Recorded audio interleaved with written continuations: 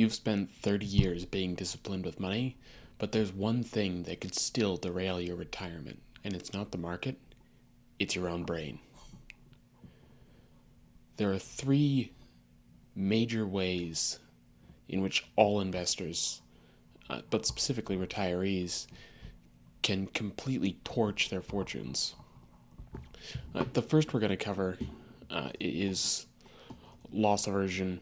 At the end, we'll cover the three things that you can do against these three horsemen of behavioral finance.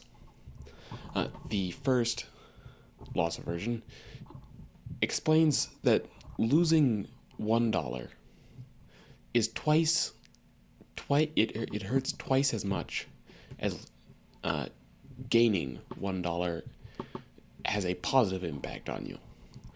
So let's say your portfolio let's say it declined by $100,000 and then went back up $110,000. You might still feel bad, even though you had made money. Specifically, in the scenario, let's say it had gone up 110, and then it went down 100. So feeling depressed and just emotionally unstable during a time when you lose money, even if it's only gains, can cause retirees and anybody to sell at the low and avoid gains in the future and lock in losses. The second trap we're going to hit is anchoring bias. For instance, let's say a stock hit $600 a share, and now they're trading at $300. I heard a story once of an individual who inherited $1 million worth of stock, and he bought at $130 a share. He went all in at $130 a share, and then he was following it, and the stock price kept on declining. And he kept asking a friend of his who was a financial advisor, like, what should I do?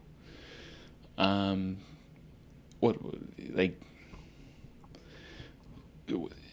should I do with the investment? Should I wait till it hits the peak again, or should I sell here?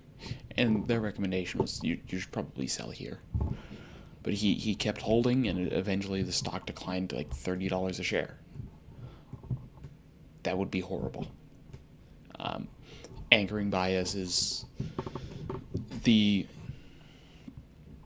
only way to eliminate it is to evaluate every position on its forward potential, not on its history, which, if you have a good financial advisor, they will do.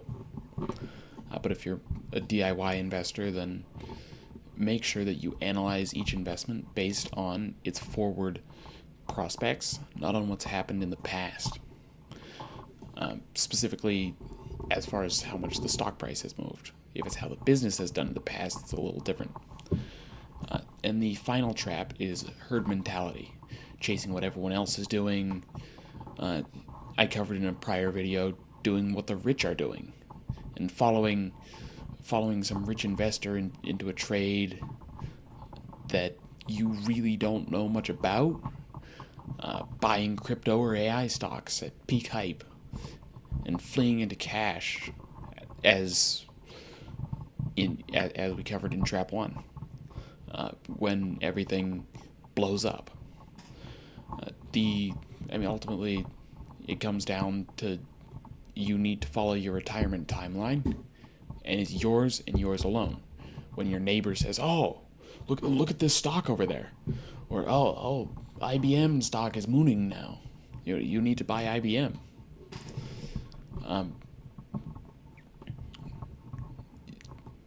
Stay with your timeline. Don't pay attention to it. Bring it all together. Have a written plan. This is the easiest way to eliminate any type of emotionally driven decision in a market downturn or in a raging bull market. Have a written plan. Say, oh, this is what we said we'd do. I have a piece of paper here. Oh, it says there. That's what I'm going to do. I'm going to do that. And then follow the plan. Benchmark against your plan. Let's say this year your portfolio returned 15%, and you only need a, let's say, 6% return for your portfolio to work in your plan.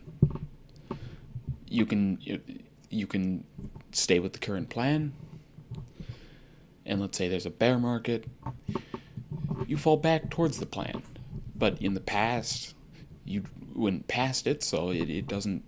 You can stay on track even if you're in a bear market. And the final thing is work with someone who keeps you accountable. If you have someone, a person who is there with you, a financial advisor ideally, who knows what they're doing, who knows all the behavioral aspects of finance and the issues that people come across, that can be the most valuable investment you make. If you're within 10 years of retirement, these biases are pretty large, and you should make sure that you don't fall into any of them. If you're interested in more videos, then click subscribe and like and comment. And what are other biases that you've seen displayed? Thanks for watching.